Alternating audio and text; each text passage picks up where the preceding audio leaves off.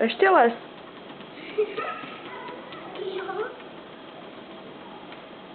Jo, a máme toto. Já už se můžu pustit? Máme, prosím. Můžeš.